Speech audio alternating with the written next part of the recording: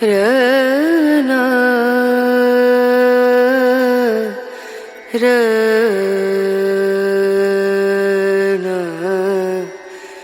ರನು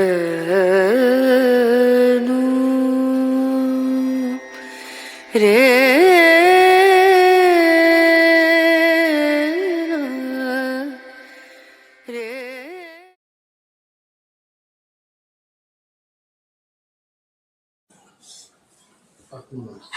आत्मनमस्ते। गुरु ब्रह्मा गुरु विष्णु गुरुदेवो महेश्वरः गुरु साक्षात् परब्रह्म तस्मै श्री गुरुवे नमः। अखंड मंडलाकारं व्याप्तमेन चराचरं तत्पदं दर्शितं येन तस्मै श्री गुरुवे नमः।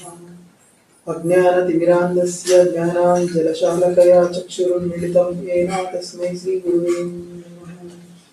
ब्रह्मानन्दं परमसुखदं केवलं ज्ञानमूर्तिं विश्वातीतं गगनसदृशं तत्त्वमस्यादिलक्ष्यम् एकं नित्यं विमलम् अचलं सर्वदि साक्षिभूतं भावातीतं त्रिगुणरहितं सद्गुरुं तं नमामि। स्वस्ति प्रजाभ्यं परिपालयन्तं न्यायेन मार्गेण महीमहीषम्। ओ ब्राह्मणोभ्यं शुभमस्तु नित्यं। लोकाः समस्ताः सुखिनो भवन्तु। लोकाः समस्ताः सुखिनो भवन्तु। लोकाः समस्ताः जनो सुखिनो भवन्तु।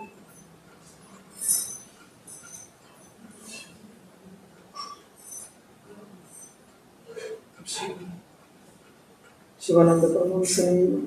श्री रामानंद परमहंसने नमः। जगद्गुरु आदिशंकराचार्य तत्सत्। श्री गुरुभ्यो नमः।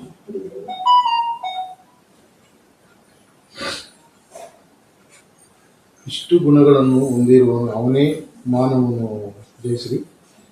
ಭಗವದ್ಗೀತೆಯಲ್ಲಿ ಇದನ್ನೇ ಮಾಯೆ ಎಂದು ಹೇಳಿರುವುದು. ಹೌದು, ಖಂಡಿತ.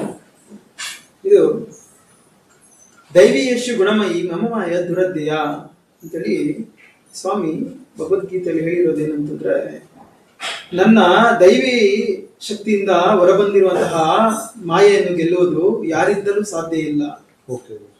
ಆದ್ರೆ ಯಾರು ನನಗೆ ಸರೆಂಡರ್ ಆಗ್ತಾನೋ ಅಂತವನು ನನ್ನ ಮಾಯೆಯನ್ನು ಗೆಲ್ಲುವನು, ಅವನು ನನ್ನನ್ನೇ ಸೇರುವನು ಎಂದು ಭಗವದ್ಗೀತೆಯಲ್ಲಿ ದೈವೀಯಶು ಗುಣಮಯಿ ಮಮಮಾಯ ದುರದ್ಯಯ ಎಂದು ಹೇಳಿದ್ದಾರೆ. ಈ ಗುಣಗಳಿಂದ ಕೂಡಿರುವನು ಜೀವಾತ್ಮನು, ಗುಣಾತೀತನು ಆ ಪರಮೇಶ್ವರನು. ಯಾಕಂದ್ರೆ ಈ ತ್ರಿಗುಣಗಳಿಂದ ಕೂಡಿರ್ತಾನೆ ಮಾನವ ಯಾವಾಗ್ಲೂ. ಈ ತ್ರಿಗುಣಗಳು ಅಂದರೆ ಯಾವುದಂತಂದ್ರೆ ತಮೋಗುಣ, ರಜೋಗುಣ, ಸತ್ವಗುಣ, ಈ ಮೂರು ಗುಣಗಳಿಂದ ಕೂಡಿರ್ತಾನೆ ಮಾನವ. ಈಶ್ವರನು ಅಥವಾ ಪರಮೇಶ್ವರನು ಈ ಗುಣ ಅತೀತನು. ಅವನಿಗೆ ಯಾವುದೇ ಗುಣಗಳಿಲ್ಲ, ಯಾವುದೇ ಸ್ವಾರ್ಥ ಮತ್ತು ನಿಸ್ವಾರ್ಥಗಳಿಲ್ಲ, ಯಾವುದೇ ಅವನಿಗೆ ಪ್ರಿಯ ಅಪ್ರಿಯವಾಗಿರುವಂತಹ ವಸ್ತುಗಳಿಲ್ಲ. ಹಾಗಾಗಿ ಅವನು ಗುಣಾತೀತನು. ಜೀವಾತ್ಮನು ಗುಣಗಳಿಂದ ಕೂಡಿರುವವನು.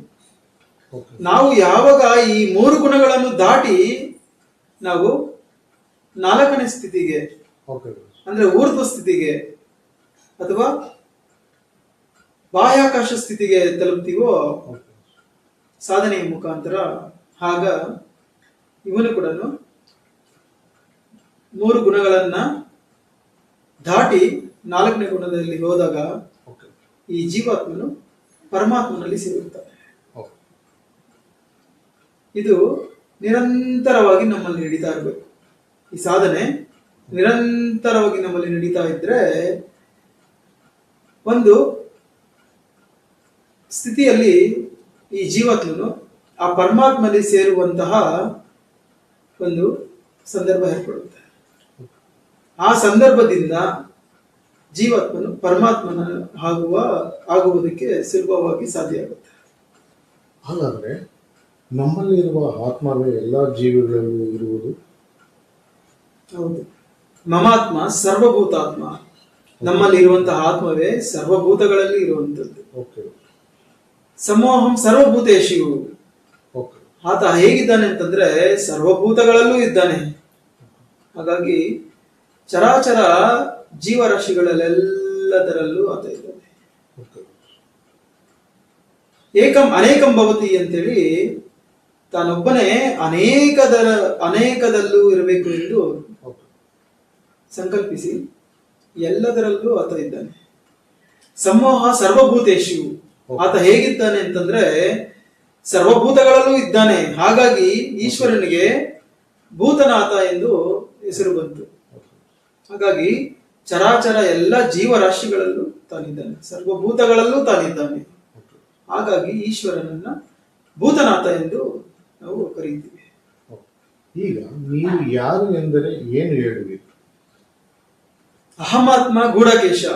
ನಾನು ಪ್ರಿಯತೀತನಾಗಿರುವಂತಹ ಅರ್ಜುನ. ನಾನು ಸರ್ವಭೂತಗಳಲ್ಲೂ ಇದ್ದೀನಿ. ನನಗೆ ಪ್ರಿಯರು ಅಪ್ರಿಯರು ಅನ್ನುವರು ಯಾರು ಇಲ್ಲ. ಓ ಅರ್ಜುನ, ನನ್ನನ್ನು ತಿಳಿಯಬೇಕಂದ್ರೆ ಊರ್ಧ್ವಕ್ಕೆ ಹೋಗಬೇಕು. ಊರ್ಧ್ವಂ ನ ಸಂಶಯ ಅಂದ್ರೆ ಯಾವಾಗ ಡೌನ್ವರ್ಡ್ಸ್ಗೆ ಬಂದಿದ್ದಾನೋ ಜೀವಾತ್ಮನು, ಅವನು ಮತ್ತೆ ನಾವು ಉಲ್ಟಾ ಮಾಡಿ ಊರ್ಧ್ವಕ್ಕೆ ತೆಗೆದುಕೊಂಡು ಹೋದಾಗ ನಮಗೆ ಊರ್ಧ್ವಂ ನ ಸಂಶಯ ಅಂದ್ರೆ ನ ಅಂತಂದ್ರೆ ಇರೋದಿಲ್ಲ ಅಂತ ಅರ್ಥ. ಊರ್ಧ್ವಂ ನ ಸಂಶಯ ಅಂತ ಭಗವದ್ಗೀತೆಯಲ್ಲಿ ಹೇಳಿದ್ದಾರೆ. ಊರ್ಧ್ವಕ್ಕೆ ತೆಗೆದುಕೊಂಡು ಹೋದಾಗ ಅವನಿಗೆ ಸಂಶಯ ಅನ್ನೋದು ಇರೋದಿಲ್ಲ. ಯಾವಾಗ ಡೌನ್ವರ್ಡ್ಸ್ ಬಂದಿರುವಂತಹ ಪ್ರಾಣಶಕ್ತಿಯನ್ನ, ಕುಂಡಲಿನಿ ಶಕ್ತಿಯನ್ನ ಮತ್ತೆ ಊರ್ಧ್ವಕ್ಕೆ ತೆಗೆದುಕೊಂಡು ಹೋಗ್ತಾನೋ ಆಗ ಊರ್ಧ್ವಂ ನ ಸಂಶಯ ಅಂದ್ರೆ ಅವನಿಗೆ ಸಂಶಯ ನಿವಾರಣೆ ಆಗುತ್ತೆ ಅಂತ ಅರ್ಥ. ಅಂದ್ರೆ ಅವನು ಯಾರು ಅನ್ನೋದು ಪೂರ್ತಿಯಾಗಿ ಗೊತ್ತಾಗೋದುತ್ತೆ. ಅಲ್ಲಿ ತುರಿಯತ್ತಿಕ್ಕೆ ಹೋದಾಗ ಅವನು ಯಾರು ಅನ್ನೋದು ಪೂರ್ತಿಯಾಗಿ ಅವನಿಗೆ ಪ್ರಾಕ್ಟಿಕಲ್ ಆಗಿ ಅನುಭವಕ್ಕೆ ಬರುತ್ತೆ. ಆ ಸಾಧನೆ ಮಾಡದೆ ಎಷ್ಟೇ ಮಾತಾಡಿದ್ರು ಅವನಿಗೆ ಸಂದೇಹ ಇರುತ್ತೆ. ಈ ಜನ್ಮ ಅಲ್ಲ, ಎಷ್ಟೇ ಜನ್ಮಗಳಾದ್ರೂ ಅವನಿಗೆ ಸಂದೇಹ ಇರ್ತದೆ. ಎಷ್ಟೇ ವರ್ಷಗಳಾದ್ರೂ ಅವನಿಗೆ ಸಂದೇಹ ನಿವಾರಣೆ ಆಗೋದಿಲ್ಲ. ಥಿಯರಿಯಿಂದ ಸಂದೇಶ ಅವನ ಸಂಶಯ ನಿವಾರಣೆ ಆಗೋದಿಲ್ಲ.